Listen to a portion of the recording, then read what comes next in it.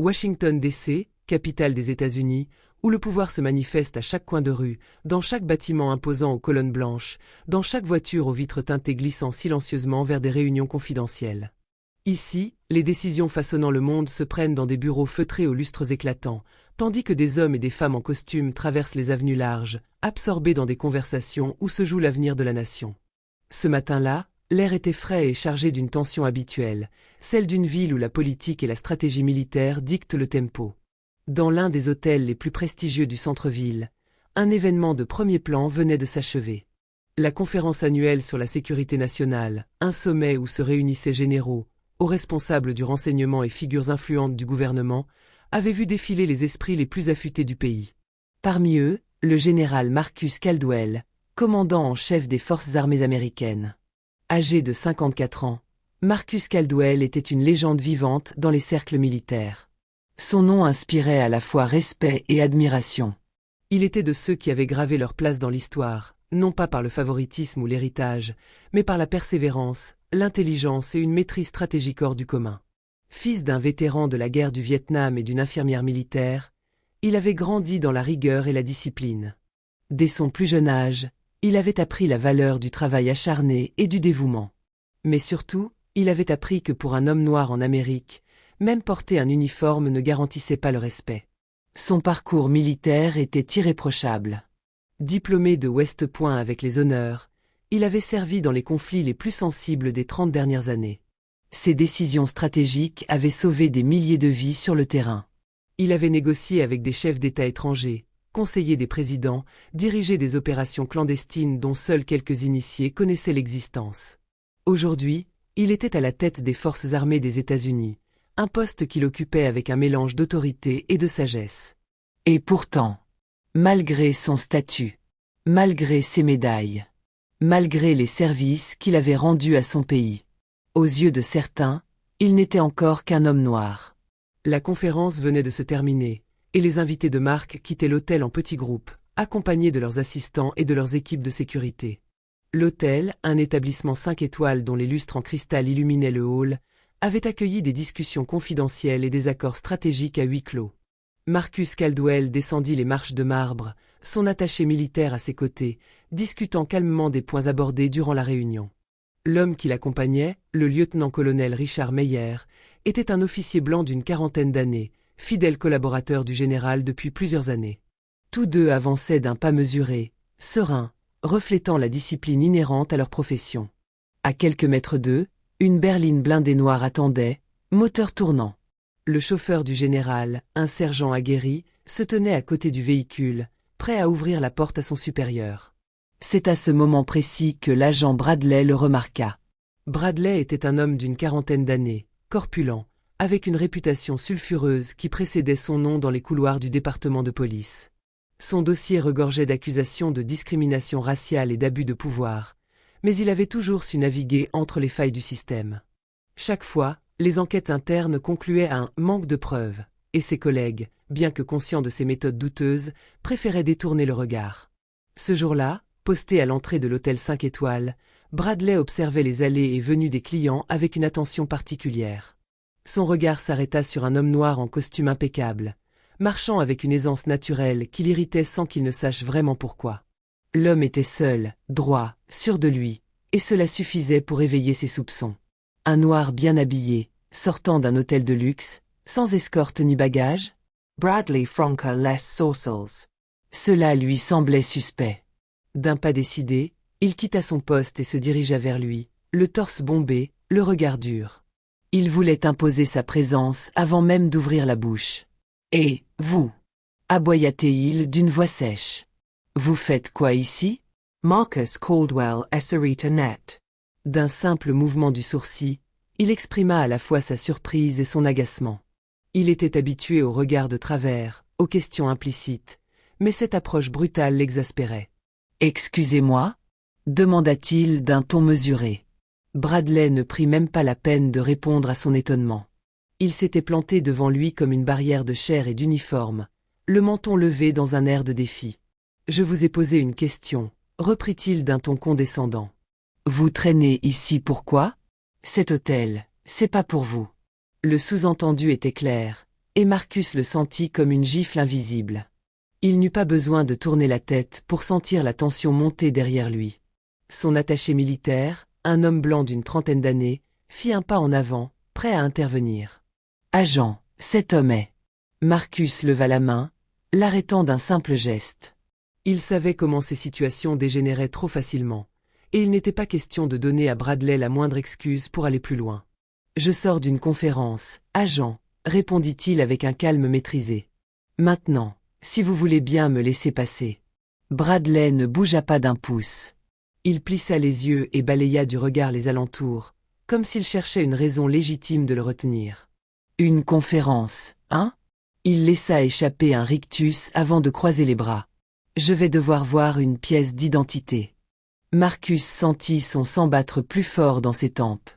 Il connaissait ce jeu. Il savait déjà qu'il ne cherchait pas à vérifier son identité, mais à la contester. Prenant une inspiration discrète, il sortit son portefeuille et en extirpa lentement son porte-carte. Le badge militaire en or y était soigneusement inséré, brillant sous la lumière du jour comme un rappel silencieux de son rang. Bradley jeta un œil rapide, sans même prendre la peine de l'examiner sérieusement. Son ricanement fut immédiat, suffisant à déclencher un frisson d'exaspération chez l'attaché militaire. « Joli faux badge », lança-t-il avec un sourire moqueur. « Vous croyez m'avoir comme ça ? Marcus Sarah Lamaquaa. Ce n'est pas un faux badge. Je suis le général en chef de l'armée américaine. » Un silence tendu s'installa. L'attaché militaire croisa les bras, l'air prêt à en découdre. Bradley, lui, éclata d'un rire bruyant, théâtral. « Et moi, je suis le président des États-Unis. » Puis, sans autre avertissement, Bradley attrapa violemment le bras de Marcus et le retourna avec une force brutale. L'impact fut sec, implacable. Un craquement sinistre résonna alors que Marcus était forcé de se plier sous la poigne inflexible du policier. Main dans le dos, immédiatement. Rugit Bradley en lui passant les menottes d'un geste vif et brutal. Le métal froid se referma autour des poignets de Marcus avec un cliquetis impitoyable, tranchant l'air comme un verdict silencieux. Les passants s'arrêtèrent net, figés par la scène surréaliste qui se déroulait sous leurs yeux. Un murmure d'incrédulité s'éleva parmi eux, bientôt suivi par le chuchotement mécanique des téléphones portables sortis à la hâte. Des caméras se braquèrent sur l'arrestation, capturant chaque instant de cette humiliation publique. Marcus Caldwell, l'un des hommes les plus respectés du pays, se tenait là, menotté comme un criminel de bas étage, en plein cœur de la ville. L'ironie était écrasante. Un homme qui avait dirigé des opérations militaires, qui avait rencontré des chefs d'État, qui avait prêté serment pour défendre la nation, se retrouvait ainsi rabaissé par un simple agent de police aveuglé par ses préjugés. Son attaché militaire, qui jusque-là s'était contenu, sentit une bouffée de rage lui nouer la gorge. Son visage se durcit tandis qu'il faisait un pas en avant, le regard brûlant d'indignation. « Agent Bradley, lâchez-le tout de suite. Vous ne savez pas ce que vous faites. » Bradley, loin de se laisser impressionner, lui jeta un regard méprisant et le repoussa sèchement. « Je sais exactement ce que je fais, » cracha-t-il. « Ce type essaie de se faire passer pour un général. Il va passer la nuit en cellule. » Un ricanement satisfait tordit ses lèvres tandis qu'il se redressait fièrement, persuadé d'avoir accompli son devoir. Il ne voyait que ce qu'il voulait voir, un noir en costume dans un quartier de luxe, forcément un imposteur, forcément un menteur. Marcus, toujours silencieux, sentit la rage lui brûler la poitrine. Mais il savait. Il savait. Il savait que le moindre mouvement de protestation, la plus petite étincelle d'indignation, pouvait être interprété comme une menace. Il savait que l'histoire était jonchée de noms d'hommes noirs abattus pour moins que cela. Il savait que Bradley cherchait un prétexte. Alors, il ne dit rien. Mais il n'en avait pas besoin. Parce qu'à cet instant précis, un bruit sourd fendit l'atmosphère tendue. Un SUV noir aux vitres teintées surgit dans la rue et s'arrêta brusquement devant eux, pneus crissant contre l'asphalte.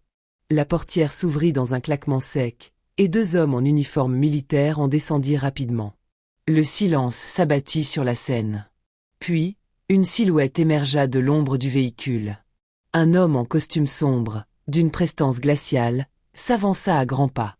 Son visage était figé dans une expression de colère contenue, ses mâchoires serrées trahissant une fureur qu'il s'efforçait de dompter. Le secrétaire à la défense en personne. D'un regard acéré, il balaya la scène, s'attardant un bref instant sur Marcus, menotté comme un vulgaire malfrat. Puis ses yeux se posèrent sur Bradley, et dans ce regard, il y avait un jugement implacable, une condamnation silencieuse qui fit frémir l'agent. Il s'arrêta à quelques centimètres de lui, son ton tranchant comme une lame. « Enlevez-lui ses menottes. Tout de suite. » Bradley hésita. Son regard passa nerveusement de Marcus au secrétaire à la défense, puis aux officiers en uniforme qui l'observaient avec une intensité glaciale. Il sentait le piège se refermer sur lui, mais son orgueil refusait encore de céder. « Monsieur, ce type. Rugit le secrétaire à la défense, sa voix tonnant dans le silence pesant. C'est votre supérieur hiérarchique. L'impact des mots fut instantané. Bradley devint livid. Il sentit un frisson glacé lui parcourir l'échine. Ses mains tremblèrent légèrement alors qu'il regardait Marcus avec des yeux écarquillés, réalisant enfin l'ampleur de son erreur.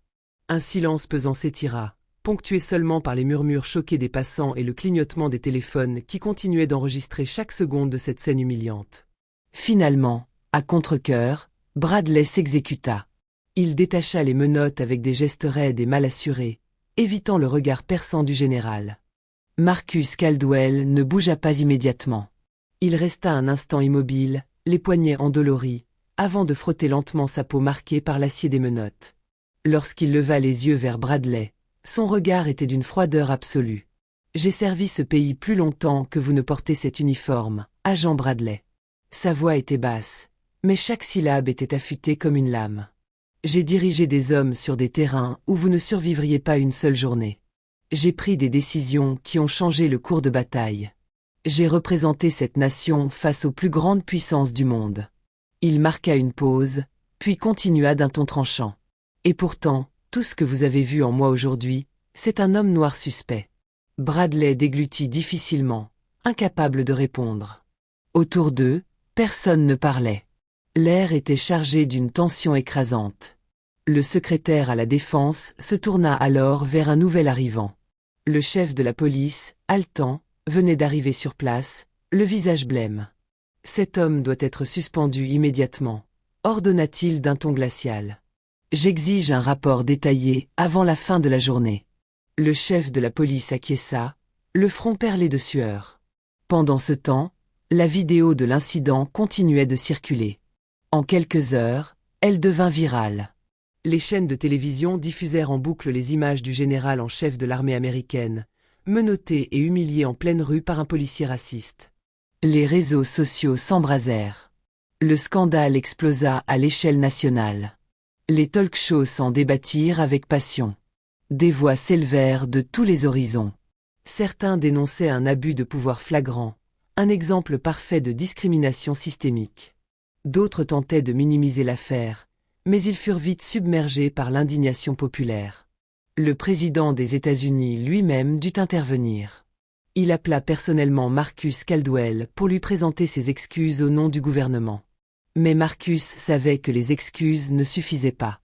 Quelques jours plus tard, il prit la parole lors d'une conférence de presse attendue par des centaines de journalistes. Le silence tomba dans la salle lorsqu'il monta sur l'estrade, imposant dans son costume sombre. Il fixa un instant l'assemblée avant de prendre une profonde inspiration. « Je n'étais pas en uniforme ce jour-là, » commença-t-il, sa voix résonnant avec force. « Je n'avais pas mes médailles, ni mes galons. Mais devrais-je porter mon uniforme à chaque instant pour être respecté? Il belia la salle du regard. Combien d'hommes et de femmes noirs, sans uniforme, sans statut, vivent cette humiliation tous les jours sans qu'aucune caméra ne soit là pour témoigner? Un frisson parcourut l'audience. Aujourd'hui, c'était moi. Mais demain, ce sera encore un autre. Un silence de plomb s'abattit sur la salle. Marcus Caldwell venait de poser une vérité brutale, une vérité que l'Amérique ne pouvait plus ignorer. Quelques jours plus tard, Bradley fut officiellement renvoyé après une enquête interne. Mais l'affaire ne s'arrêta pas là. Sous la pression de l'opinion publique, une réforme des forces de l'ordre fut proposée au Congrès. De nouvelles mesures furent instaurées, des formations renforcées sur les préjugés raciaux, des sanctions plus sévères en cas d'abus de pouvoir, une supervision accrue des forces de police. Marcus Caldwell, Louis, continua de servir sans pays. Mais ce jour-là, il avait aussi servi une cause plus grande. Et pour la première fois depuis longtemps, l'Amérique fut forcée de la regarder en face.